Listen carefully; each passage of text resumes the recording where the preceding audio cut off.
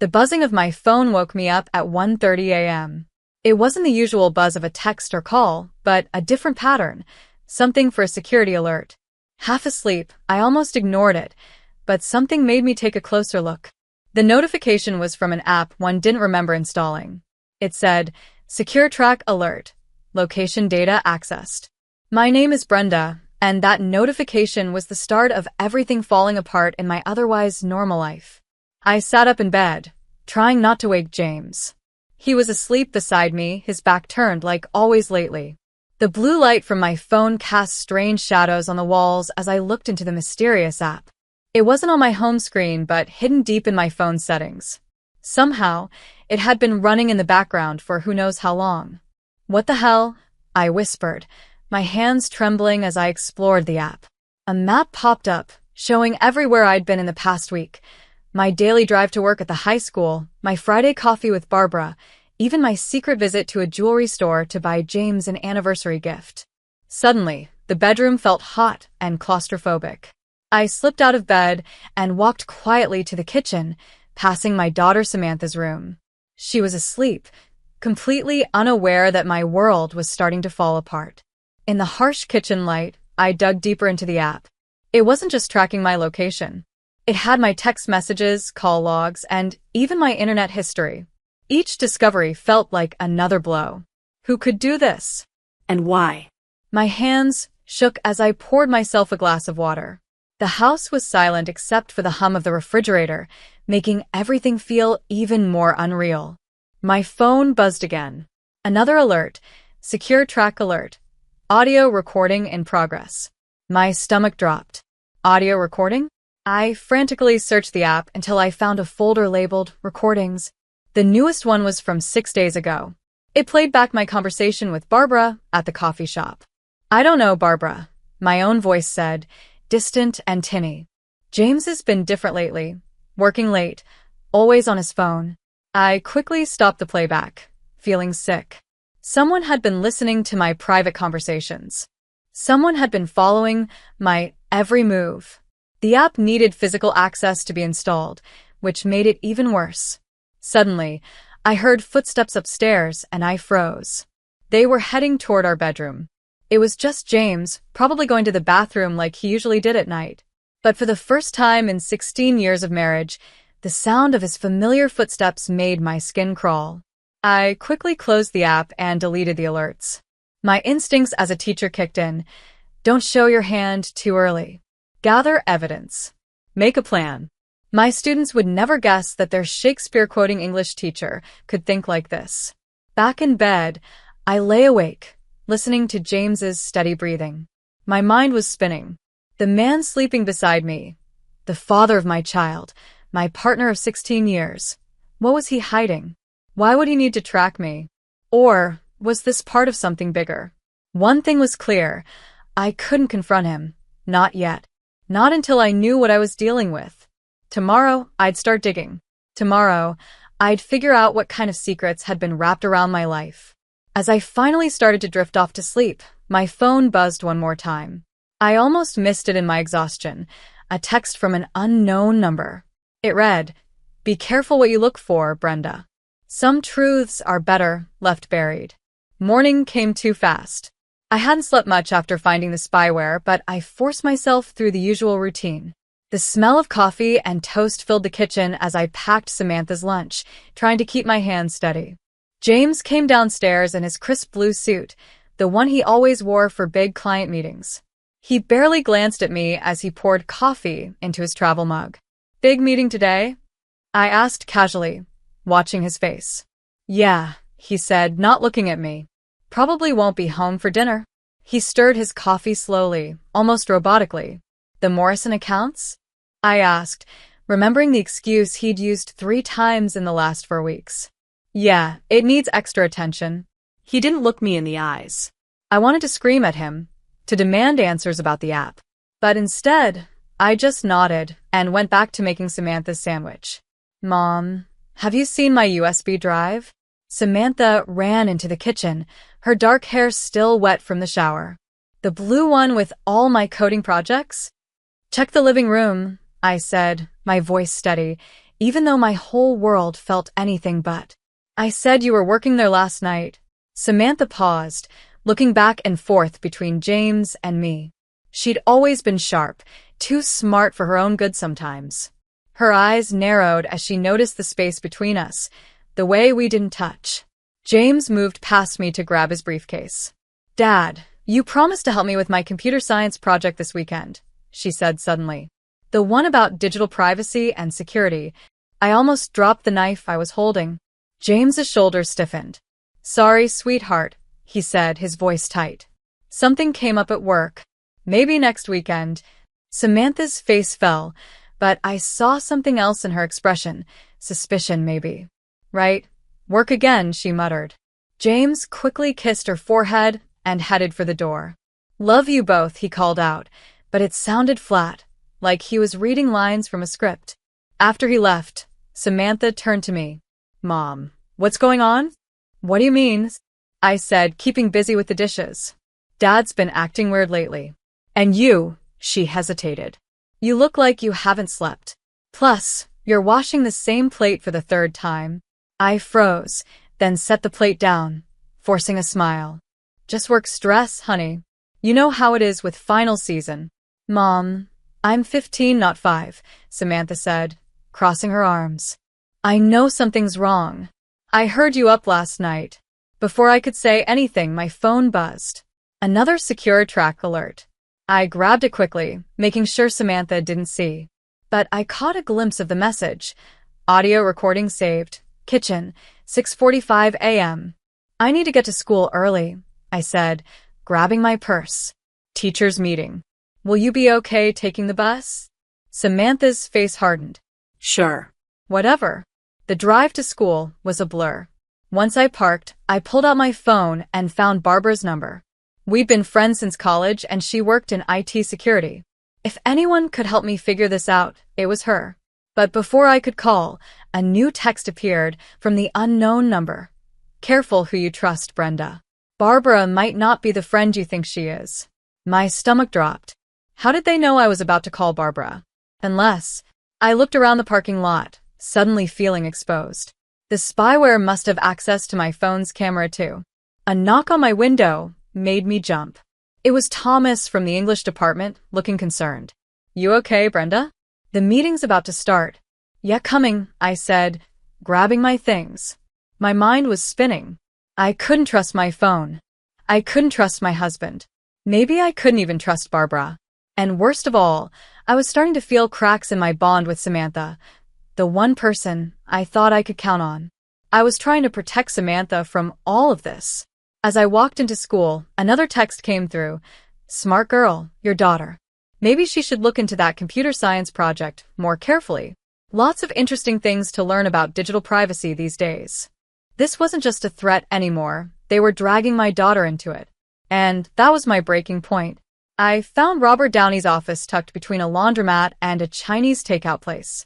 The private investigator's worn face matched his old leather chair as he looked over the screenshots of the spyware app one had taken. "Secure Track Pro," he said, taking off his reading glasses. "High-end stuff. Not something you'd get off the usual market. Can you trace it?" I asked. He nodded slowly. "Already did. It was bought 5 weeks ago through a shell company. But here's the interesting part." He turned his computer screen toward me. "The buyer used your home address for billing." My stomach sank. "James?" Robert kept clicking through files. "That's not all. The shell company has been making regular payments to a rental property in Hoover's personal care. Nice place, not cheap. Too pricey for just one person unless someone else is helping with the rent." I finished, my voice bitter. "Bingo." Robert pulled up a photo that made my world tilt. It showed James leaving the building with a woman I didn't recognize. She was younger than me, effortlessly beautiful in a way that made me feel every wrinkle on my face. His hand rested on the small of her back, a gesture that felt far too intimate. "Carol Burnett," Robert said softly. "She works at James's firm. Junior partner, fast-tracked for promotion." My phone buzzed again. Another secure track alert, but I ignored it, focusing on the dates below the photos. "These are from the nights," he said. He was working late on the Morrison account. There's more, Robert said, hesitating. The spyware? It wasn't his idea. Based on the email trails I found, Carol pushed for it. She's been encouraging him to make a clean break. A clean break. My voice sounded far away. From you and Samantha. Robert slid a folder across his desk. These are copies of everything I've found, including, he tapped a document inside the folder. A consultation with a divorce lawyer. Last week. The fluorescent lights above felt too bright, and the smell of Chinese food drifting through the wall made me feel sick. Why the spyware then? If he's already planning to leave? Insurance, maybe. Or control. People do strange things when they're living double lives. My phone buzzed again. This time I looked. The message read, "Having fun with Robert? Wonder what James would think about his wife meeting strange men in secret." I showed Robert the text. His face darkened. "They're watching you, probably through your phone's camera." He grabbed a post-it and wrote something down. "This is a burner phone number. Use it to contact me from now on." And Brenda, he looked me in the eye, "Be careful. People who do this kind of surveillance aren't playing games." As I walked to my car, another text came through. "TikTok, Brenda. How long before Samantha finds out her mom is sneaking around too?" I sat in the car, gripping the steering wheel so tightly my knuckles turned white. They were trying to mess with me, make me doubt myself, make me feel guilty for uncovering their lies. My phone rang. It was James. "Hey," he said, his voice calm and casual. Too casual. "Just checking if you can pick up Samantha today. My meeting's running late." "Meeting," I said flatly. I wondered if Carol was sitting next to him, maybe running her fingers through his hair like I used to. Actually, I heard myself say, "I have a meeting too." With the Morrison account, there was a long pause. "The Morrison account?" His voice cracked slightly. "Yeah," I said, starting my car. "Funny thing about that account, James, they shut down 4 months ago." Before he could reply, I added, "Enjoy your meeting. Say hi to Carol for me," and hung up. My heart was pounding. Through the windshield, I saw my reflection, pale, scared, but there was something else. Determination. My phone lit up with James's name, but I declined the call. Then I opened the Secure Track app. If they wanted to watch me, fine. Let them see what happens when you push a teacher into a corner. It was time to pay Carol Burnett a visit. But I didn't make it to Carol's apartment that day. Instead, I found myself sitting in my classroom during lunch, staring at a stack of unsigned permission slips for the next day's field trip. That's when Samantha appeared in the doorway. "You missed breakfast again," she said, dropping her backpack by my desk. "And Dad didn't come home last night." I forced a smile. He texted, "Late meeting." "Stop." Samantha's voice cracked. "Just stop lying to me." The fluorescent lights hummed softly as we stared at each other. Her face had changed over the past year, losing its childhood softness. There were sharper edges now, and her eyes, too sharp, too knowing, seemed to see everything. "I found something on Dad's laptop," she said, pulling out her phone. "Remember when he asked me to help organize his work files last weekend?" My stomach turned. "Samantha." There were emails. Lots of them. To someone named Carol. She placed her phone on my desk, screen up. "He's planning to leave us, isn't he?" Before I could answer, a student appeared at the door. "Mrs. Thompson, Principal Paul needs to see you. He says it's urgent." I found James waiting with the principal. He had on his courtroom smile, the one he used when he was about to destroy someone's credibility on the witness stand. "Brenda," Principal Paul began, looking uncomfortable, "serious allegations have been made about inappropriate contact with a private investigator during school hours. There are also concerns about your emotional stability and how it might affect your teaching." I felt the trap closing around me. James had beaten me to it, spinning the story his way. Of course, he was a lawyer. This was what he did best. "I'm worried about you, honey," James said, his voice full of fake concern. "The paranoid accusations, the secret meetings, this isn't like you. Let me help." Help? Like he helped by putting spyware on my phone? Like he helped by planning to leave us while pretending everything was fine? "Mr. Thompson suggests taking a leave of absence," Paul added, "to work through these issues." My phone buzzed, a secure track alert. The app was probably recording this conversation, proof of how they were trying to make me seem unstable, paranoid, and unfit, not just to teach, but to parent. I have documentation, I said quietly, keeping my voice steady. James's smile faltered for the first time. Including the spyware you and Carol installed on my phone, I continued. The shell company. The apartment in Hoover's personal care. I turned to Paul. And recordings of every conversation I've had in the past 5 weeks. That includes conversations with students and their parents. How do you think the school board would feel about such a massive privacy violation? Paul's face went pale. Privacy violation, he stammered. I'll email you all the evidence, I said, standing up. But right now, I need to talk to my daughter. She found her emails, James. The ones to Carol about leaving us. James's calm, controlled mask cracked. Samantha found. Yeah. So while you're busy trying to ruin my career to cover your tracks, our daughter is sitting in my classroom, trying to figure out why her dad is abandoning her. I walked out, leaving them speechless behind me. In the hallway, my phone buzzed again, not from Secure Track this time, but a text from Robert. Got something big. Carol isn't who she claims to be. Meet ASAP. Back in my classroom, Samantha was still there, working on her laptop. Lines of code scrolled across the screen. What are you doing? I asked.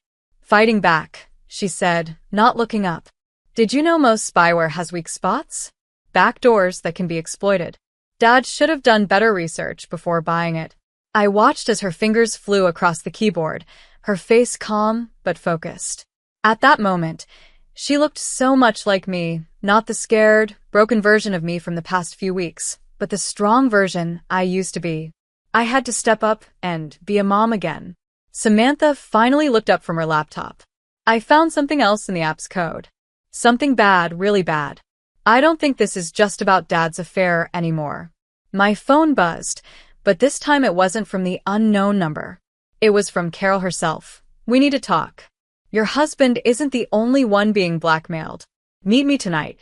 It's not just spyware, Samantha said, her laptop casting a soft blue glow on her face as we sat in Robert Downey's dim office. It's part of something bigger. Look at these network connections. Robert leaned closer, squinting at her screen. These IP addresses, they're routed through law firms across the state. Dad's firm isn't the only one involved, I said, thinking about Carol's text. How many, Samantha? 17 so far, she replied, her fingers moving quickly over the keyboard. They're all using the same spyware, all linked to a central server. And they're all handling high-profile divorce cases, Robert added, shaking his head. Surveillance footage, private conversations, location data. It's a gold mine for divorce settlements. My phone buzzed again. Another message from Carol. They're watching. Don't trust James. Meet me at Riverside Park. 55 minutes. It's a trap, Robert warned, reading over my shoulder. Probably, I said, grabbing my coat. But she's scared. You didn't hear her voice in the recording Samantha found. Wait, Samantha said, turning her laptop toward me. Look at this email thread. Carol tried to back out 5 weeks ago. The next day, someone sent her this. The email had an attachment, a photo of Carol leaving a building I recognized. It was the women's shelter where I volunteered. She was helping a young woman inside, both of them looking over their shoulders. Her sister, Robert said softly. She's been hiding from an abusive ex for 4 months. Carol's been helping her stay off the grid. The pieces clicked into place. They're using her sister to control her, I said. Mom. Samantha's voice trembled slightly. There's something else. Remember that college fund Dad started for me last month? My stomach tightened. What about it? The money, it's not mine. It's being funneled through shell companies. The same ones paying for the spyware. Robert's face hardened. He's helping them launder money. The room felt like it was spinning. James wasn't just having an affair. He wasn't just spying on me. He was involved in something far darker. Something that could destroy not only our marriage but his career, his freedom, everything. My phone buzzed again. This time it was a video. It showed Samantha walking home from school yesterday. The message underneath was chilling. Back off or she's next. They're bluffing, Robert started, but I was already on my feet, heading for the door. Mom, stop. Samantha called after me. We need a plan.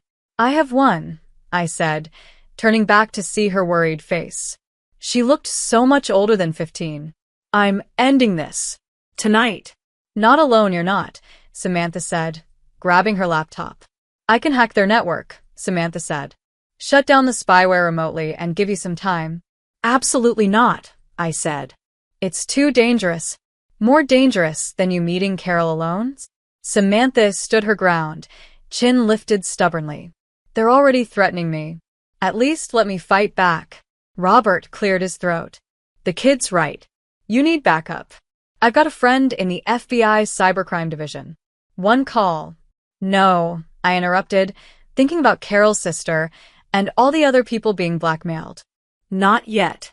If we scare them off now, people could get hurt. We need to know exactly what we're dealing with first. My phone buzzed again, a photo of James walking into an unfamiliar building, followed by the message. TikTok.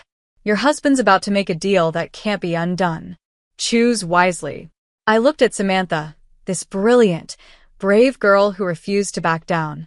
Then at Robert, who had become more than just an investigator. He was an ally. Okay, I said finally. Here's the plan. Samantha, you and Robert work on hacking their network, but you stay here where it's safe. I'll meet Carol and find out what she knows. And then, Robert asked. I thought of the lies, the manipulation, and the threats against my daughter.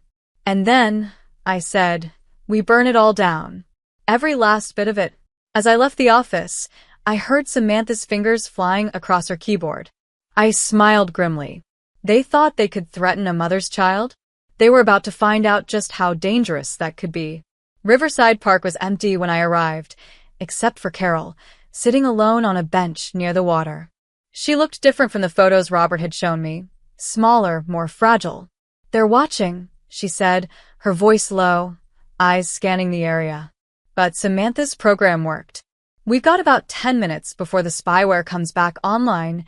I sat beside her, keeping some space between us. Tell me about my husband's deal. It's not just James, she said, her hands shaking as she handed me a USB drive. The firm's been running this scheme for years. They install spyware on their own clients' devices, dig up dirt on both sides in divorces, and use it to manipulate settlements. The money laundering? That's just extra. My phone buzzed, a text from Samantha. Mom, something's wrong. Dad's not at the office. The message cut off. A familiar voice came from behind me. I really wish you'd stayed out of this, Brenda. James stepped out of the shadows, flanked by 4 men in suits. They looked cold, professional, and dangerous. The thing is, James continued, walking closer, you were never supposed to find the spyware. That was Carol's mistake. He gave her a disappointed look. She got sloppy. Just like you got sloppy with the college fund. I stood in front of Carol, putting myself between her and James. Using our daughter's account to launder money? That's low. Even for you. It's called protecting our future, James said, his smile cold and empty. Everything I did was for us. The firm's offering me partner, Brenda, real power. All I had to do was show my loyalty. By spying on your own families? By proving I understand how the game works. He gestured to the 4 men standing beside him. We can handle this quietly. The firm is willing to be generous, a clean divorce, full custody of Samantha, and a nice settlement. All you have to do is walk away. My phone vibrated. A message from Robert. FBI on the way. Stall him. And if I don't walk away? I asked. James's face hardened. Then things get messy for everyone. He pulled out his phone, showing me a live feed of the women's shelter. Carol's sister was on the screen. And maybe that bright future Samantha has in computer science. James added, it'd be a shame if she got caught hacking corporate servers. You'd threaten your own daughters? The words felt bitter in my mouth. I'm protecting her, he said. Teaching her how the world really works. He stepped closer, his voice softening. Come on, Brenda. Take the deal. We can all walk away from this. Behind me, Carol let out a quiet, broken sound. I thought of her sister, the families torn apart by this scheme, and Samantha, who was learning the worst truth about her father. "You're right about one thing," I said softly. "This ends tonight."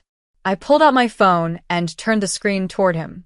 A live stream was playing, James's entire confession. It was being sent directly to Robert's FBI contact and backed up to secure servers. James's face turned pale. "You didn't come alone," he said. "Neither did you," I replied. Suddenly, flashlights lit up the park as FBI agents stepped out of the shadows.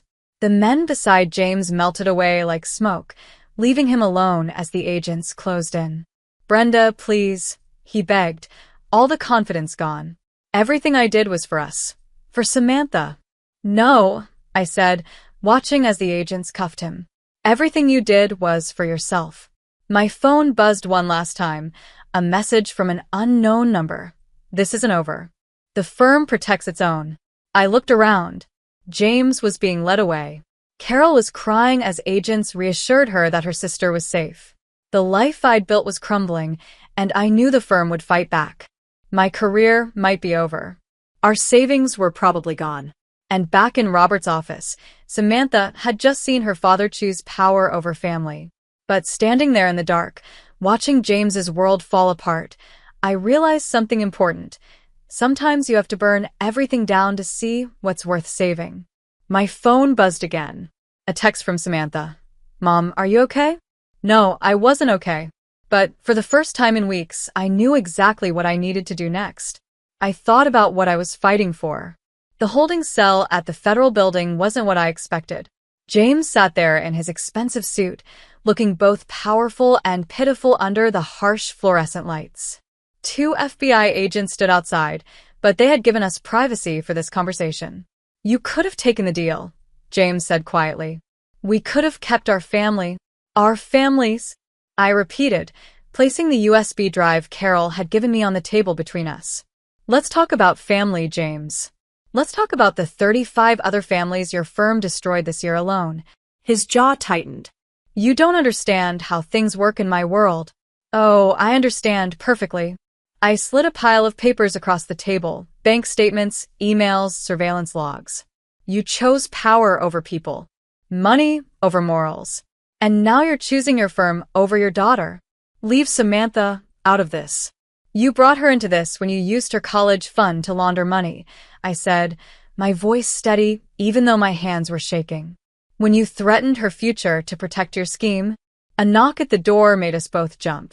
Samantha stood there, with Robert behind her. I hadn't expected her to come. I'd tried to protect her from this moment, but the determined look on her face reminded me so much of myself. "I want to talk to him," she said. James's face crumpled. "Sweetheart, don't." Samantha walked in and sat beside me, opening her laptop. "I found something in the spyware code. Something Mom doesn't know about yet." My stomach dropped. James's face turned pale. "The program wasn't just recording conversations," Samantha said, her voice shaking slightly. "It was making fake ones. Creating false evidence to use against the client's spouses. And Mom." She turned the laptop toward us, showing a screen filled with audio files. "They were building a case against you too." The files listed doctored conversations, edited photos, and fabricated stories, an entire false history of misconduct with my students. "Insurance," James whispered. "In case I ever found out." I asked, the rage I'd been holding back boiling over.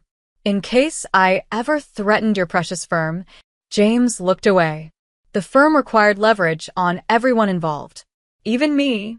He reached for Samantha's hand, but she pulled it away. "I never wanted to use it," he said. "But you would have," Samantha said firmly. "Just like you used Carol's sister. Just like you've used everyone else." A commotion outside the room caught our attention. Through the window, I saw Carol being led in by more agents.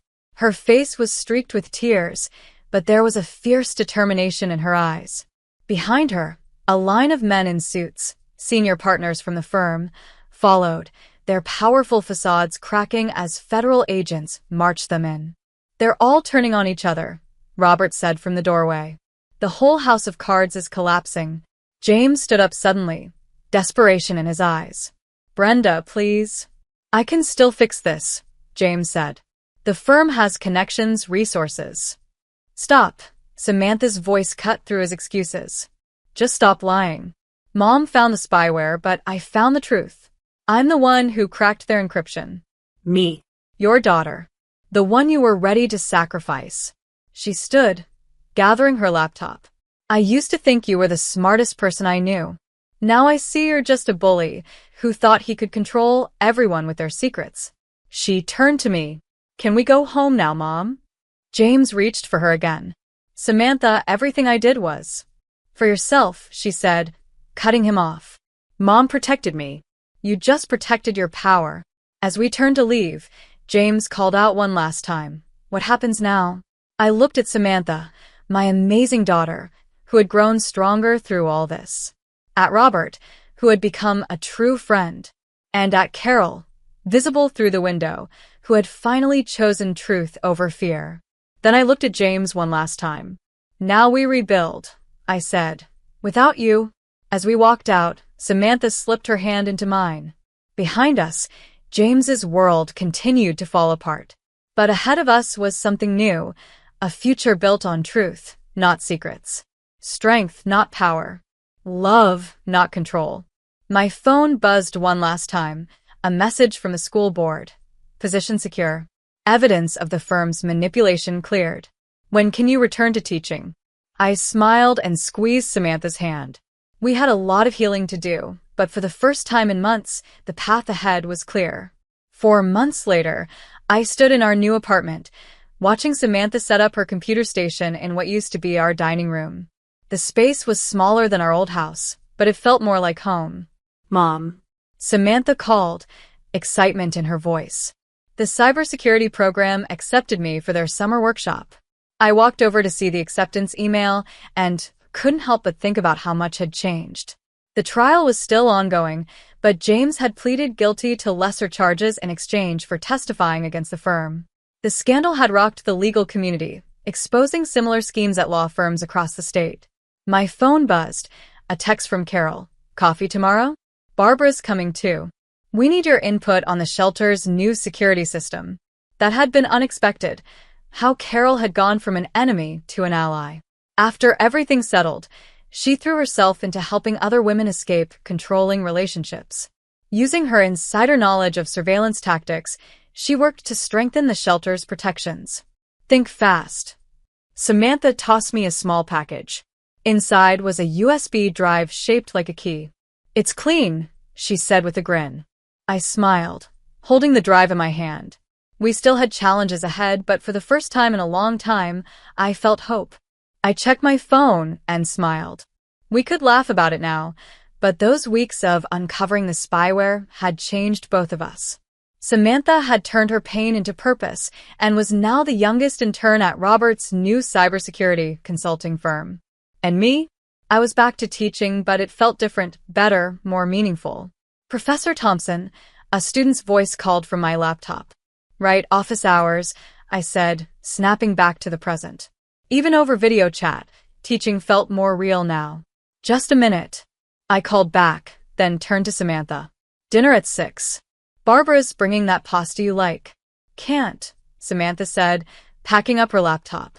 Meeting Robert and his FBI friend about the workshop curriculum. She paused for a moment, then added softly. Dad's sentencing is next week. The room felt heavier for a moment. We had both received letters from James, apologies, explanations, promises to change. But they sat unopened in my desk drawer. Some bridges, once burned, shouldn't be rebuilt. My phone buzzed again, a text from an unknown number. You thought you won, but power always protects its own. I showed the message to Samantha, who was already typing. Traced it, she said. Just another angry ex-partner from the firm. Want me to forward it to Robert? No, I said, deleting the message. Some people never learn that real power isn't about control. The doorbell rang. Barbara was early for our prep session. We were presenting at next month's educational conference about digital privacy in schools. It turned out my experience had value beyond just survival. Coming. I called, but Samantha was already at the door. She and Barbara had grown close, bonding over coding and their shared love of cheesy sci-fi movies. "Hey, warrior women's," Barbara said, dropping bags of takeout on the counter. "Ready to change the world?" I glanced around our new home. Samantha's workspace was set up where she worked to help others protect their privacy. Conference materials were spread across my desk. And the friendship between Barbara and Carol had blossomed as they worked together to improve the shelter's security. "You know what's funny?" I said, grabbing plates. "When this all started, I thought it was about revenge. About making James pay for what he did to us." "It wasn't," Samantha said, setting up her laptop. "It was about deciding who we wanted to be after the betrayal." Barbara raised an eyebrow. "When did you get so wise, kid?" "When my mom showed me that strength isn't about having power over others," Samantha said, smiling at me. "It's about helping others find their power." My phone buzzed one last time, a message from Robert. "Got that teaching position approved. You start the cybersecurity awareness program next semester." Samantha's curriculum suggestions were brilliant. I looked at Samantha and smiled. The road ahead wasn't perfect, but it was ours, and for the first time in a long time, the future felt bright. I looked at my daughter, this incredible person who had grown stronger, not in spite of the challenges we faced, but because we faced them together. I looked at Barbara, who had become more than just a friend, and at the life we had rebuilt from the wreckage of betrayal. Some scars never fully heal, but they remind us of how strong we are. And sometimes, the best revenge isn't about tearing down your enemies. It's about creating something better from the ruins they left behind. "All right," I said, opening the takeout. "Let's change the world."